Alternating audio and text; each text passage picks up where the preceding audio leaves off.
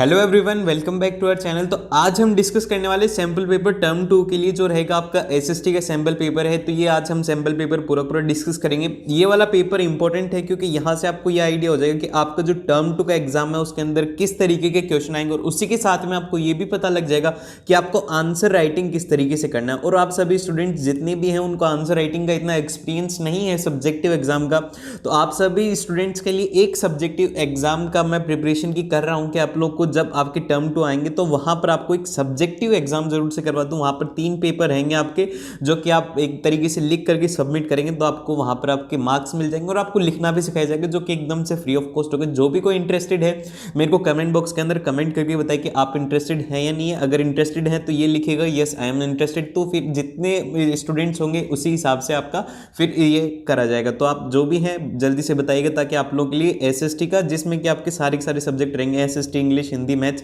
सभी के 2-2 3-3 पेपर रहेंगे सब्जेक्टिव। तो वहां से आपको पता लग जाएगा, आपको आइडिया हो जाएगा कि आपको एग्जाम में किस तरीके से राइट करना, और कुछ टिप्स भी रहेंगी जो कि आप सभी स्टूडेंट्स के लिए, जो भी कोई इंटरेस्टेड हो जरूर से बता दीजिएगा। अब चलते हैं यहाँ पर एसएसटी के सैंपल पेपर में। तो यहाँ पर ये ऑफिशियल सैंपल पेपर है सीबीएसई का, सीबीएसई ने रिलीज कर रहा था इसे, तो ध्यान से सुनिएगा। इस सैंपल पेपर के अंदर आपके पास में कितने सेक्शन है? 5 सेक्शन है। इसके अंदर टोटल नंबर ऑफ क्वेश्चन आप देख लीजिएगा। यहाँ पर ये 40 मार्क्स का रहने वाला है और इसमें तो 2 घंटे मिलने वाले आपको। 2 घंटे के अंदर 5 सेक्शन करने हैं, जिसमें सेक्शन नंबर ए है जिसके अंदर 1 to 5 रहेंगे, जो कि very short answer type question जो कि 2 मार्क्स के रहने वाले। 1 मार्क के क्वेश्चन पहले ही हटा दिए गए थे, तो यहाँ पर 1 मार्क के क्वेश्चन के अंदर 1 सेंटेंस नहीं रहेगा। 2 मार्क्स के क्वेश्चन है तो इसके अंदर 2 से 3 पॉइंट लिखना होगा। और सेक्शन बी है जिसके अंदर कि आपको 6 से लेकर के 8 तक शॉर्ट आंसर टाइप क्वेश्चन है, जो कि 3 मार्क्स के रहने वाले हैं। यहाँ पर जो सेक्शन ए था वो है आपके पास में 10 मार्क्स का, और इसी तरीके से जो सेक्शन बी है ये है आपके पास में 6 मार्क्स का, क्योंकि यहाँ पर नहीं, ये है 9 मार्क्स का। और फिर इसी तरीके से सेक्शन सी है। सेक्शन सी के अंदर 2 क्वेश्चन है 9 से लेकर के 10 तक के लॉन्ग आंसर टाइप क्वेश्चन है, ये 5 नंबर के हैं। और फिर सेक्शन डी के अंदर केस बेस्ड क्वेश्चन हैं 2, इसका यहाँ पर वेटेज नहीं दिया हो, वो आप देख लीजिएगा, अभी आगे देख लेंगे। फिर सेक्शन सी आते हैं जिसके अंदर की है यहाँ पर क्वेश्चन नंबर 13, जो कि मैप बेस्ड क्वेश्चन है, जो कि 3 मार्क्स का है, और आपको यहाँ पर पूरा इसे सॉल्व करना है। और यहाँ पर अगर कोई भी चॉइस नहीं है इस पेपर के अंदर, जैसे कि आपको वहाँ पर टर्म 1 के अंदर मिल गया था और वाला, यहाँ पर कोई भी चॉइस नहीं है, और यहाँ पर अगर आपको कोई भी एडिशनल इन्फॉर्मेशन होगी वो दे दी जाएगी। तो ये थे कुछ जनरल इंस्ट्रक्शन जो कि आपको पढ़ने जरूरी होते हैं हर एक एग्जाम से पहले। तो फिर चलिए स्टार्ट करते हैं। सबसे पहला जो क्वेश्चन है कि how did the non corporation movement unfold in the cities and towns of India. तो यहाँ पर आपको इसको पॉइंट्स के अंदर लिखना होगा, जो कि आपको पेज नंबर 34 पे मिल जाएगा। आप एनसीईआरटी के अंदर हिस्ट्री है, उसके अंदर chapter nationalism in India 34 page के ऊपर ये तो कुछ पॉइंट्स नोट आउट हैं, ये तो कंफर्म है। अगर आपको लगता है कि कुछ और ऐड करना है या फिर अपनी लैंग्वेज में लिखना है तो वहां से इसमें पेज नंबर 34 पर जाके देख सकते हो। तो यहाँ पे पॉइंट नंबर 1 है कि the movement started with the middle class participation in cities, point number 1। Point number 2 है कि thousands of student left government controlled schools and college, और यहाँ पर many teacher resign, lawyer gave up their legal practices and the council election were boycotted in most provinces except Madras. तो फिर यहाँ पर देखिए, अगर आप इनको पूरे को एक पैरा के फॉर्म में लिखेंगे तो वहाँ पर आपको पैरा में थोड़ा ज़्यादा, मतलब एक तरीके से आपको वो होगा, आपको कॉम्प्लेक्स लगेगा। लेकिन अगर आप पॉइंट्स में लिखेंगे तो यहाँ पर एक पॉइंट है कि स्टूडेंट्स ने स्कूल को छोड़ दिया, फिर उसके बाद में यहाँ पर मैनी टीचर्स वाला एक पॉइंट हो गया, फिर लॉयर वाला एक पॉइंट हो गया। तो आप इनको लाइन में ना लिख करके इनको पॉइंट में लिखने की प्रैक्टिस करेंगे, और ये जितनी ज़्यादा प्रैक्टिस करेंगे उतना ही आपको आएगा। देन फिर चलते हैं यहाँ पर फिफ्थ वाला है द काउंसिल इलेक्शन हो गया था, the foreign goods were boycotted and liquor shops picketed and foreign clothes burn in है ह्यूज बॉनफायर। और यहाँ पर ये है कि इसमें से कोई से भी 2 पॉइंट लिख सकते हैं आप। ये आप पेज नंबर 34 पर इनमें से कोई से भी 2 पॉइंट लिख लीजिएगा, और अगर डिटेल में पढ़ना है तो पेज नंबर 34 पर है। देन फिर आता है कि यहाँ पर why is the tourism is considered as a trade. तो यहाँ पर क्यों टूरिज्म को एज ए ट्रेड कहा गया था? क्योंकि foreign tourist arrival in cities contributing to foreign exchange, और यहाँ पर many peoples are directly engaged in tourism industries and tourism provides support to local handicraft। और यहाँ पर tourism visit India for medical tourism, eco tourism, adventure tourism, culture tourism and business tourism। तो इनमें से कोई भी 2 पॉइंट है। अगर 2 नंबर का क्वेश्चन होता है तो आपको कोई भी 2 पॉइंट लिखने होते हैं। आप सेफ्टी के लिए आपके एक भी नंबर ना कटे उसके लिए 3 पॉइंट लिख दीजिएगा, ठीक है? 2 से 3 पॉइंट लिखने होते हैं बस, वो अब डिपेंड करता है कि कैसा क्वेश्चन है। इनमें से कोई से भी 2 पॉइंट लिख दीजिए और ये मिलेगा आपको चैप्टर जो कि है geographical lifeline of national economy, page number 88 के ऊपर मिलने वाला है, ठीक है। अब चलते हैं यहाँ पर क्वेश्चन नंबर 3 में। अब देखो इससे पहले अभी तक अगर आपने लाइक नहीं किया तो लाइक कर दो, क्योंकि आपको यहाँ पर अच्छी तरीके से बहुत ही वैल्यूएबल कमेंट, मतलब बहुत ही वैल्यूएबल आपको मटेरियल प्रोवाइड करवाऊँ, तो उसके लिए एक लाइक जरूर से। और यहाँ पर चलते क्वेश्चन नंबर 3 पर, और फिर उसके बाद में यहाँ पर आता है कि differentiate between the one party system and two party system. तो देखिए यहाँ पर वन पार्टी सिस्टम क्या होता है कि countries where only one party is allowed to control and run the government is called one party system. यहाँ पर हो सकता है कि आप डिफरेंशिएट करके इस तरीके से टेबुलर फॉर्म में भी लिख लें, तो टेबुलर फॉर्म में भी लिख सकते हैं और आप ऐसे करके भी लिख सकते हैं। पॉइंट्स में दोनों के दोनों एकदम से सही रहेंगे, आपको फुल मार्क्स दोनों केस के अंदर मिलेंगे।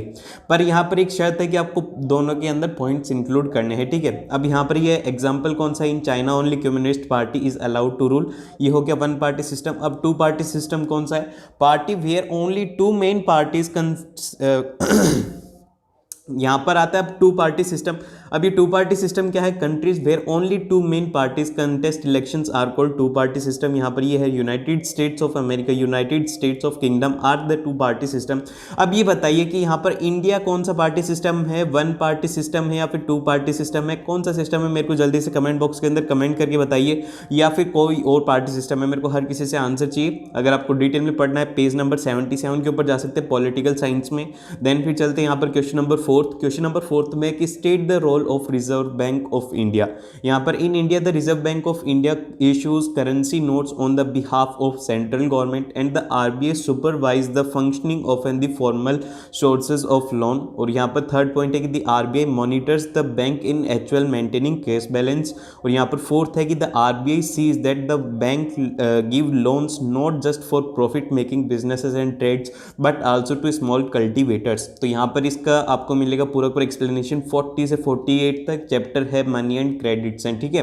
अगर आपको कोई भी डाउट हो आप कमेंट सेक्शन में पूछ लीजिए, मोस्ट प्रोबेबली मैं आपको आंसर कर दूंगा। अगर नहीं कर पाता तो आप इंस्टाग्राम के ऊपर मुझे मैसेज कर सकते हो। इंस्टाग्राम के ऊपर आपको यहाँ पर बस सिंपल सा टाइप करना होता है हर जगह पर सक्सेस का रनवे, हर एक इंस्टाग्राम मतलब सक्सेस का रनवे आपको टाइप करना है।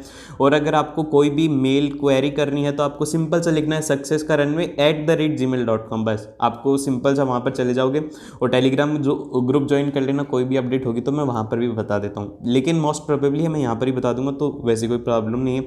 अब चलते क्वेश्चन नंबर 5 में। इसमें दिया हुआ है कि आपको डेटा रीड करना है और यहाँ पर क्वेश्चंस इनके आंसर देना है। तो यहाँ पर सबसे पहले दिया हुआ है आपको कि total production of finished steel in India year 2015 से 16 तक जो प्रोडक्शन हुआ था वो हुआ था 106.60 टन, और यहाँ पर 120.14 टन, 126.85 टन। तो ये कुछ डेटा है। अब इसको कंपेयर करके आपको बताना है, compare the 2015 to 2016 and 2019 to 20 data and give one reason for the reduction of production of steel in 19 से लेकर के 20 तक क्या था। यहाँ पर इसका रीज़न क्या है, इसका रीज़न है कि एक तो हाई कॉस्ट थी और limited availability of cooking coal था, और यहाँ पर लो productivity of labour, irregular supply of energy and any other point. अब इसमें से कोई भी आप रिलेवेंट पॉइंट लगा सकते हैं, मैंने कुछ भी बोल दिया, मतलब कुछ भी आप इनमें से चारों में से कोई से भी 2 पॉइंट्स लिख दीजिएगा। यहाँ पर 1 नंबर का है तो आप कोई सा भी पॉइंट लिख सकते हैं, या फिर 2 कोई से भी, ठीक है। अब यहाँ पर है कि why is the production and the consumption of steel is considered as an the index of a country development. तो यहाँ पर क्या होता है कि एक जो कोई भी कंट्री की अगर डेवलपमेंट देखना होता है तो क्या देखा जाता है, उसका स्टील प्रोडक्शन देखा जाता है कि वो कितना स्टील प्रोड्यूस करती है। इसके पीछे का रीजन पूछा गया है।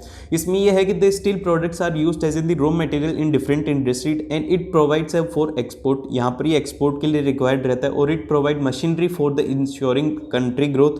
यहाँ पर इसमें से कोई सा भी लिख सकते हैं, मेरे को जो मोस्ट रिलेवेंट लगता है आपको याद रखना चाहिए वो रखना चाहिए, पॉइंट नंबर 3, ठीक है।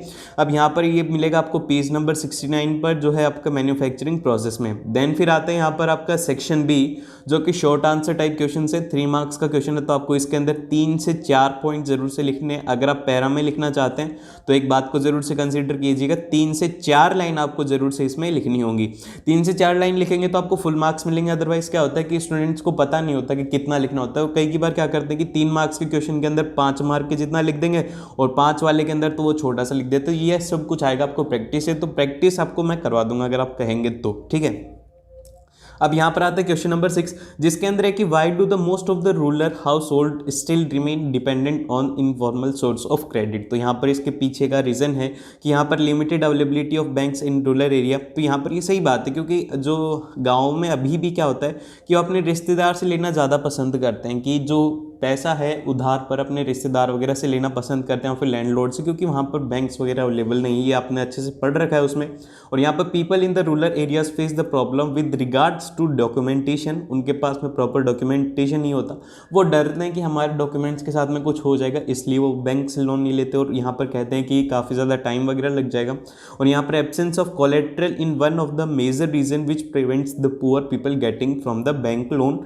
और यहाँ पर फोर्थ वाला है rural people get easy loans from the richer households through informal ways. तो वहाँ पर ये करते हैं कि जो आपने देखा होगा कि गांव में जो जमींदार होते हैं, बड़े बड़े जमींदार होते हैं जिनकी खूब सारी ज़मीन होती है, उनसे पैसे लेना ज़्यादा पसंद करते हैं, जो कि उनके बाद में ज़मीन वगैरह लेकर के उनके साथ में धोखाधड़ी कर देते हैं। तो इससे बेहतर है कि उनको बैंक से लेना चाहिए, पर वो समझते नहीं है ये बात। और यहाँ पर ये है मैनी क्रेडिट से पेज नंबर 50 पर आपको इसका आंसर एकदम से करेक्ट मिल जाएगा। आप अगर डिटेल में पढ़ना चाहते हैं तो उस पर पढ़ लीजिएगा। देन आता है इसका सेकेंड पार्ट। अब जब कभी भी आप पेपर सॉल्व करें, चाहे सैम्पल पेपर हो या फिर आप कोई भी पेपर सॉल्व करें, तो उसके अंदर आपको और वाला पार्ट जरूर से करना है, क्योंकि आपको एग्जाम के अंदर नहीं पता कि कहाँ से क्वेश्चन आएगा। और वाले पार्ट में हो सकता है कि मान लो कि आपको ये वाला क्वेश्चन आ जाए और उसमें पेपर में आपको नहीं आए, दोनों ही नहीं आए, तो आपको इसमें केस में पूरा 100% सिक्योर रहना चाहिए, ठीक है। अब यहाँ पर आते हैं इसके अंदर why do the self group help borrows to overcome the problem of lack of collateral explain. तो यहाँ पर इसके अंदर कुछ रीजंस दिए हैं।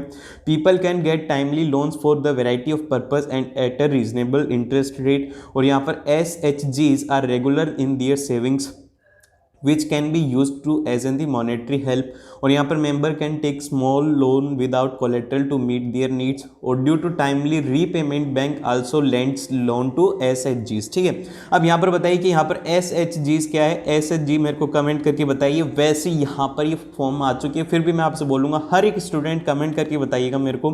तो फिर यहाँ पर जो इसका है फुल फॉर्म वो है सेल्फ हेल्प ग्रुप्स। तो यहाँ पर इसमें ही था, इसमें SHG से कन्फ्यूज नहीं होना है।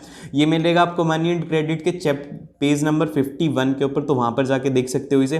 देन फिर आते हैं यहाँ पर मतलब जो आता है क्वेश्चन नंबर 7, जो कि है tribal peasants are interpreted the message of Mahatma Gandhi and idea of swaraj in another way and participated in non corporation movement differently. तो आपको इस स्टेटमेंट को जस्टिफाई करना होता है। जस्टिफाई करने का सिंपल सा मीनिंग होता है कि आपको इसके बारे में बताना है कि ऐसा क्यों हुआ। तो यहाँ पर दिया हुआ है कि यहाँ पर spread of military guerrilla movement in Gudem hills of Andhra Pradesh. और यहाँ पर there are they were against colonial policies. और यहाँ पर थर्ड वाला है जिसके अंदर है कि their livelihood was affected and their tradition rights were denied. और यहाँ पर फोर्थ वाला है कि their leader Alluri Sitaram Raju was inspired by the non corporation movement and persuaded people to wear khadi and give up drinking. और यहाँ पर उसके बाद में है कि he wanted liberation by the use of force. The rebel attack the police station and carried on guerrilla warfare for the achieving Swaraj. यहाँ पर ये है, इसका आपको कोई सा भी लेना है। इसको पूरे को पूरे में से 3 पॉइंट्स का है, तो आप 3 से 4 पॉइंट इनमें से कोई से भी अच्छे अच्छे पॉइंट्स ले सकते हो। अपने भी पॉइंट्स बना सकते हो, ज़रूरी नहीं है कि आप लैंग्वेज वाली बुक लिखें।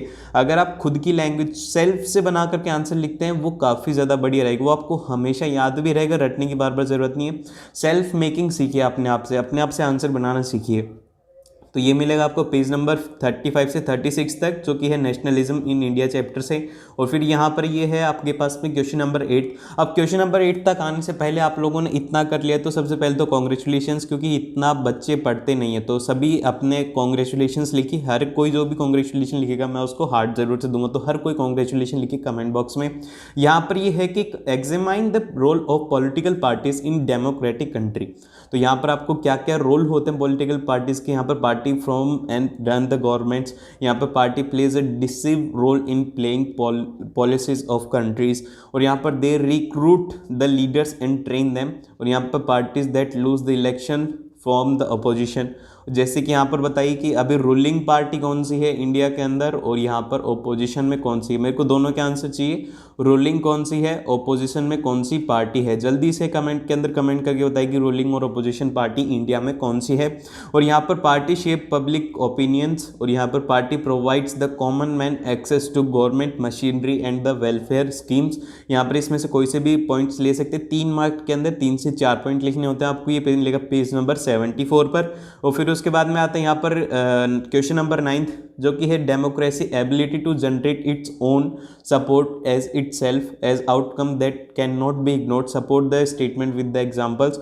यहाँ पर एग्जाम्पल्स के साथ में बताना है आपको। Democracy ensure that the decision making will be based on the norms and producers. और यहाँ पर यह है कि every citizen has the right and means to explain the process of decision making and democratic government are accountable, legitimate transparent government होती हैं, उनके हर एक डिसीजन को आप देख सकते हैं, पूछ सकते हैं, आपका अधिकार है।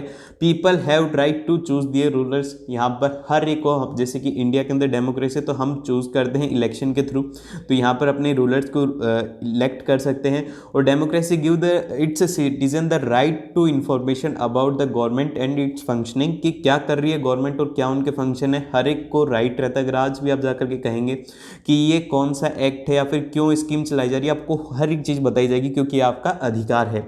और यहाँ पर यह है कि democratic government in the people's own government and it run by the people's, ये लोगों की होती है और लोगों के द्वारा ही चलाई जाती है। इसमें से कोई से भी 5 पॉइंट लिखे क्योंकि ये है यहाँ पर 5 नंबर का, तो यहाँ पर आपको 5 नंबर के पूरा लिखना है। देन फिर आते हैं इसका और वाला पार्ट, इसको भी हम सॉल्व करेंगे। हम हर एक पेपर के अंदर ऐसा कोई भी क्वेश्चन नहीं छोड़ते जो कि आपके लिए ऐसा हो कि जिसमें आपको प्रॉब्लम हो उसके, तो हर एक को ध्यान से सुनिए। मैं आपको पढ़ाने को तैयार हूँ, आपको पढ़ने को तैयार होना चाहिए, आपको कोई भी बहानेबाजी नहीं करनी है। अब यहाँ पर आते हैं कि there is an the overwhelming support for the idea of democracy in South Asia, support the statement with the examples. तो यहाँ पर ये 5 नंबर का है, तो 5 आप कोई से भी पॉइंट्स लिख सकते हैं। तो यहाँ पर फर्स्ट वाला पॉइंट है कि democratic government is the people own government, यहाँ पर एकदम से ये बात है। और country from South Asia want democratic rights for the people, ये है। थर्ड वाला है कि country wants to elect their representative by themself, democracy provides dignity and freedom to its citizens, democracy accommodate social diversity, और democracy is based on the idea of decision and the negotiation. जैसे कि इसके example में है India, Nepal, Sri Lanka, Pakistan. अब यहाँ पर बताओ कि चाइना किस में आता है, ठीक है, जल्दी से आपको पता है कि क्या है ये, चाइना किस में आता है, मेरे को आंसर चाहिए इसका। देन फिर आते हैं यहाँ पर, इसमें 5 मार्क्स का क्वेश्चन था। अब आते हैं यहाँ पर क्वेश्चन नंबर 10 में। क्वेश्चन नंबर 10 के अंदर है कि examine the role of information technology in simulating process of globalisation. तो यहाँ पर आपको आईटी का बताना है। यहाँ पर आईटी का क्या होता है, अब आप में से काफ़ी सारे स्टूडेंट्स होंगे जो कि 11th या फिर 12th लेंगे, वो सीएस और आईटी लेंगे, तो उसी के रिगार्डिंग है। जो भी सीएस और आईटी लेना चाहते हैं जल्दी से बताइएगा, ठीक है। और फिर उसके बाद में चलते हैं यहाँ पर, ये आता है कि technology has been changing rapidly एकदम। और फिर सेकंड पॉइंट है कि टेली कम्युनिकेशन फैसिलिटीज़ जैसे कि telegraph, telephone including mobile phone, fax are use to contact and access of information. और यहाँ पर helps to communicate from remote areas and development of in the satellite devices. Computer are now entered almost every field of activity. और यहाँ पर one can obtain and share the information through internet. अब internet के through कैसे कैसे information करी जाती है, कुछ सोशल मीडिया है। अब सोशल मीडिया के अंदर कौन से प्लेटफॉर्म आते हैं, सोशल मीडिया के अंदर प्लेटफॉर्म आते हैं आपके, एक तो इंस्टाग्राम आता है और एक आता है आपके पास में फेसबुक आता है और यहाँ पर यूट्यूब आता है, ठीक है। ऐसे कुछ प्लेटफॉर्म्स हैं जो कि आते हैं आपके सोशल मीडिया में, जिसके थ्रू कि आप अपनी इन्फॉर्मेशन को शेयर कर सकते हैं। अभी मैं आपके साथ में यूट्यूब के थ्रू शेयर कर रहा हूँ, तो ये भी एक सोशल मीडिया का प्लेटफॉर्म है जो कि इंटरनेट के थ्रू पॉसिबल है। देन फिर यहाँ पर इलेक्ट्रॉनिक ईमेल जो कि है ईमेल, और यहाँ पर talk active emails across the world is negligible cost है। और यहाँ पर has played a major role in spreading our production of services across the countries. और यहाँ पर इनमें से कोई से भी पॉइंट्स लिख सकते हैं। ये मिलेगा आपको पेज नंबर 63 पर, इकोनॉमिक्स में ग्लोबलाइजेशन चैप्टर में। और यहाँ पर ये है आपके पास में access the impact of globalisation on India and its people. क्या क्या इफेक्ट्स है ग्लोबलाइजेशन के। Globalisation resulted in more choices for the consumers, एकदम से सही है। और यहाँ पर this has improved the standard of living of peoples. MNCs have increased the investment in industries such as cell phone, automobiles, electronics and soft drinks. तो यहाँ पर बताइए कि एमएनसीज की फुल फॉर्म क्या होती है, जल्दी से कमेंट करके बताइए कि यहाँ पर एमएनसी की फुल फॉर्म क्या है। मेरे को जल्दी से सभी बताइए कि इसकी फुल फॉर्म क्या है, ठीक है। देन फिर चलते हैं यहाँ पर क्वेश्चन मतलब फोर्थ वाला पॉइंट है जो कि है new jobs have been created, और यहाँ पर फिफ्थ है कि some local companies that supplies raw material to MNCs also have benefited, और यहाँ पर फोर्थ वाला पॉइंट है जो कि है यहाँ पर some local companies have been able to invest in their newer technology, और यहाँ पर ये है इसमें सेवंथ वाला point globalisation has enabled some large companies as such as Tata Motors Infosys to emerge with a multinational company.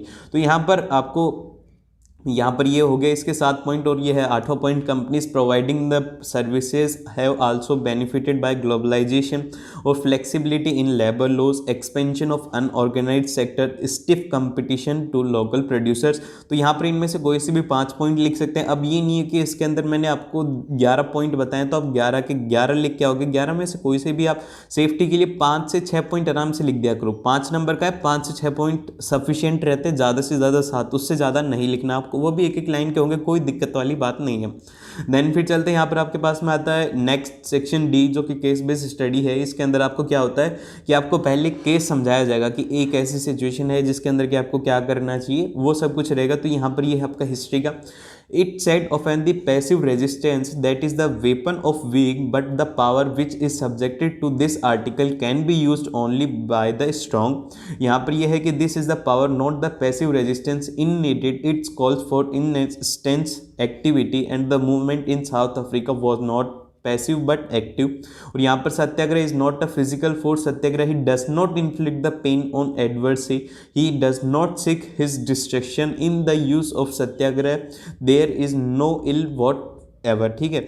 और फिर यहाँ पर यह है satyagraha is an the pure soul force, truth is a very substance of soul and that is the why the force is called satyagraha, and the soul is informed with knowledge and in it burns the flame of love। Non-violence is the supreme drama and incertain that the India cannot rival Britain or Europe in forms of arms, and the British worship the god and they can become as they becoming bearers of the arms। The hundred of millions of India can never carry arms and they have made the religion of non-violence by their own।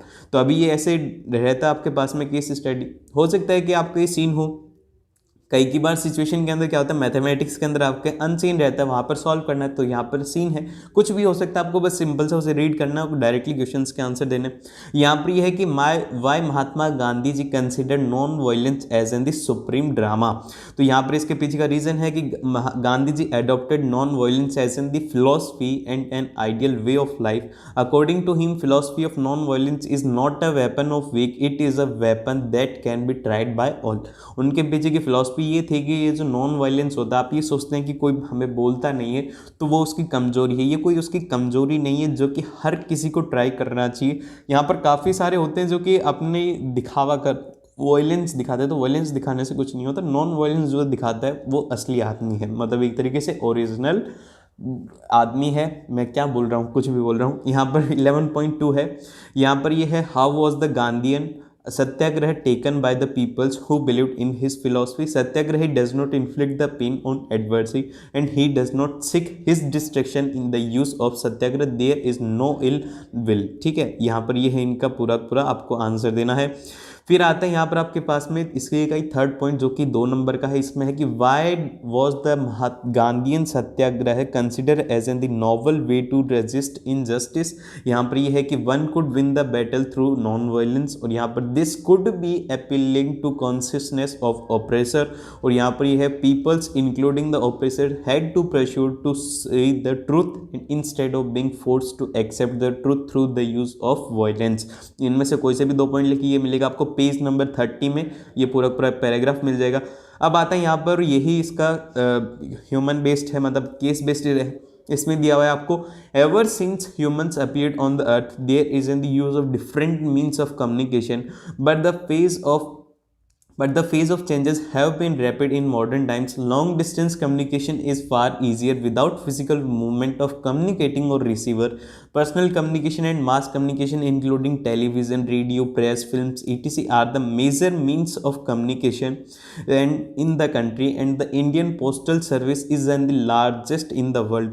Largest network है India का postal network, ये आपको point out करना है। ये आपको हमेशा याद रखना, अपने इंडिया के ऊपर हमेशा से प्राउड कीजिएगा। हम काफ़ी चीज़ों के अंदर आगे, तो एक और बताइए कि हम किस चीज़ के अंदर सबसे आगे हैं, ठीक है। And it handles the parcels as well as the personal return communications, cards, envelope are considered the first class mails and air lifted between the station and covering both land and air. The second class mails includes the back packets, registered newspapers periodically, and they carried by the surface mails covering lands, water transport to facilitate the quick delivery of mails in a large towns and cities. 6 mail channels have been introduced और यहाँ पर कुछ दिए हुए हैं आपको, देर आ रहे हैं, the called Rajdhani channel, metro channel, green channel, business channel, black mail channel और यहाँ पर पीरियोडिक चैनल। अब यहाँ पर इसके क्वेश्चन है, examine the role of Indian postal network. तो यहाँ पर यह है कि it help the country to engage in communication and social economic development. और सेकंड है यहाँ पर it provided facilities like speed post, business post, registered port. इसमें से कोई सा भी एक है, क्योंकि एक नंबर का तो आप कोई सा भी एक लिख सकते हो, दोनों भी लिख देना, ठीक है। अब आता है यहाँ पर इसी के सेकंड पॉइंट, जिसमें है कि यहाँ पर differentiate between the mass communication, personal communication. अब ये है कि आप चाहे इसका टेबुलर फॉर्म बनाओ, एक एक पॉइंट करके लिख दो, जैसे भी आपको लिखना है। सुंदर तो ये वाला लगता है टेबुलर वाला, तो टेबुलर वाले की तरफ ज़्यादा जाना। अब यहाँ पर यह है कि mass communication is in the medium which provides entertainment as well as create awareness among the masses. It includes radios, televisions, newspaper, magazines, books, films, etc. Whereas personal communication is between person to person, ठीक है। यहाँ पर ये जो mass communication है वो bulk में रहता है और यहाँ पर पर्सनल एक आदमी से एक आदमी तक रहता है। जैसे कि अभी ये बताइए कि मैं आपको यहाँ पर एक्सप्लेन कर रहा हूँ, तो मेरा कम्युनिकेशन कौन सा है, मैं मास कम्युनिकेशन कर रहा हूँ या फिर मैं पर्सनल कम्युनिकेशन कर रहा हूँ। जल्दी से मेरे को, मैं जो आपको पढ़ा रहा हूँ ये पर्सनल है या फिर मास कम्युनिकेशन है। देन फिर चलते हैं यहाँ पर, analyse the significance of for a nation. आपको इसका बताना है कि कम्युनिकेशन का क्या सिग्निफिकेंस है। This is the age of communication using the telephone, television, films, etc. आप यहाँ पर ये लिख सकते हैं। और फिर यहाँ पर even books, magazines, newspapers are the important means of communication. और यहाँ पर थर्ड है कि various means of communication have been connected through the world closer. और यहाँ पर it is the source of entertainment and knowledge. इनमें से कोई से भी 3 पॉइंट लिख दीजिए या फिर 2 पॉइंट लिख दीजिए। ये मिलेगा आपको पेज नंबर 86 पर, ज्योग्राफी में life line of national economy में। अब आता है यहाँ पर सेक्शन ई, जो कि है मैप बेस्ड। इसके अंदर आपको आंसर देना होगा। ये है आपका पूरा क्वेश्चंस, ये है, इसको एक बार पढ़ लेते हैं कि on the given outline political map है। आइडेंटिफाई, आपको एक पॉइंट ए को मार्क करना है with help of given information. आपको यहाँ पर कुछ इंफॉर्मेशन गिवी है।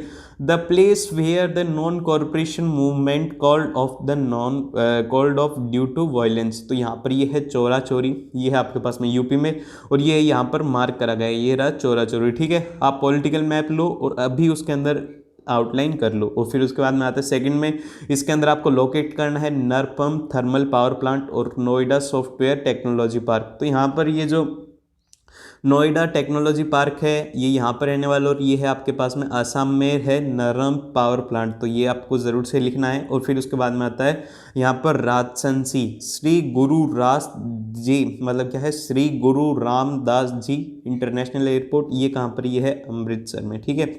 अब यहाँ पर इसके रिगार्डिंग आपका है, यहाँ पर ये एक और पॉइंट है जो कि आपको बताना है, पढ़ लेना चाहिए आपको, हो सकता है कि कभी आपके काम ही आ जाए। यहाँ पर ये है कि सबसे पहले कि name the state where the session of national was held in 1927, Madras के अंदर हुआ था। और यहाँ पर name the state where the nerve thermal power plant is located, Assam.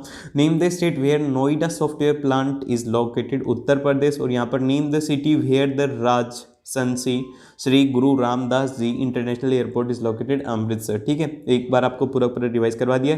I hope कि आपको अच्छा लगा होगा। अच्छा लगा हो तो लाइक कर देना और सब्सक्राइब कर लेना। ऐसे ही और वीडियोस के लिए आपको हर रोज के रोज ऐसी ही इन्फॉर्मेशन, एजुकेशन मिलेगी। मिलते हैं आप लोगों से नेक्स्ट वीडियो में। जब तक के लिए best of luck for your term two exam.